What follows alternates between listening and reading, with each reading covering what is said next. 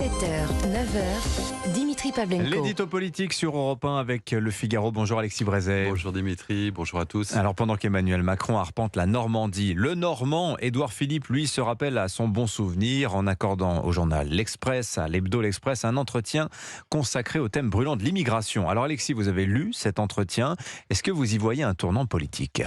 Un tournant dans les mots, indubitablement.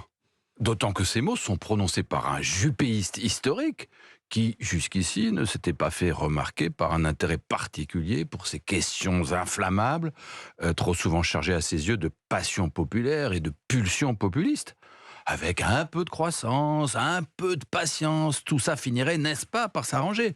L'immigration, pour le conseiller d'État Édouard Philippe, moins on en parlait, mieux on se portait. Mais là, avec cet entretien donné à l'Express, on est loin, bien loin de l'identité heureuse chère à son mentor Alain Juppé. C'est un véritable cri d'alarme que pousse le maire de Rouen. Un cri, dit-il, contre l'immigration du fait accompli, dont, dit-il encore, l'accélération très forte ne correspond à aucun choix politique et dont il veut reprendre le contrôle. Un cri d'alarme contre les non-dits. On crève de ces non-dits. Vous ne rêvez pas, Dimitri ?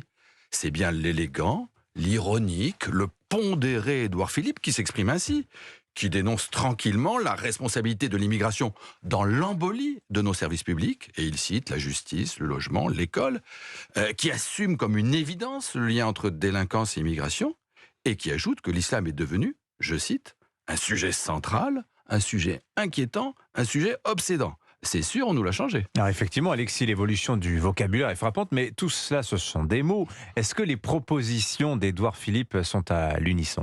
Soyons honnêtes, on n'y est pas encore. La philippique, pour l'heure, relève surtout du registre rhétorique. Côté pratique, on reste plutôt dans l'ordre du mi-chèvre, mi-chou. Par exemple, même s'il comprend l'objectif poursuivi par LR, Édouard Philippe ne veut pas d'une révision de la Constitution pour desserrer l'étau jurisprudentiel de la CEDH et de la Cour de justice. Il ne veut pas non plus supprimer l'aide médicale d'État, même s'il est prêt à revoir les modalités de son attribution. Il ne veut pas choisir entre assimilation et intégration.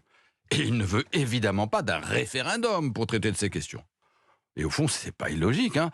Édouard Philippe installe son curseur au milieu. Plus réaliste que les macronistes, mais nettement moins ferme que la droite de Wauquiez et Ciotti. À noter tout de même sa volonté de remettre en cause l'accord de 1968 avec l'Algérie, qui, comme chacun sait, en matière migratoire, accorde aux ressortissants de ce pays un statut exorbitant du droit commun. C'est courageux, c'est d'ailleurs une revendication ancienne de Marine Le Pen, d'Éric Zemmour ou d'Éric Ciotti. C'est nécessaire, comme le prouve excellemment une note réalisée pour la Fondapol par Xavier Driancourt, l'ancien ambassadeur de France à Alger. Mais c'est aussi une véritable bombe diplomatique. Et vous pensez qu'Édouard Philippe est crédible quand il brandit cette menace ? On peut bien sûr ironiser sur le caractère tardif d'une conversion qui, c'est vrai, aurait sans doute été plus convaincante si elle n'avait pas attendu que les LR s'emparent du sujet. On peut sans peine renvoyer Édouard Philippe à ce qu'il n'a pas fait, mettre en cause sa détermination, sa sincérité. C'est vrai, il y a loin des mots aux actes. C'est vrai, il y a loin de l'Édouard Philippe d'hier à l'Édouard Philippe d'aujourd'hui. Mais après tout, peut-être faut-il y voir la distance qui sépare un ex-premier ministre d'un déjà presque candidat. Merci Alexis Brézet. L'édito politique sur Europe 1. À la une du Figaro ce matin, l'échappatoire de la mémoire. Emmanuel Macron qui invoque l'histoire pour faire oublier la crise. On en parlera dans le club de la presse Europe 1 tout à l'heure à 8h40.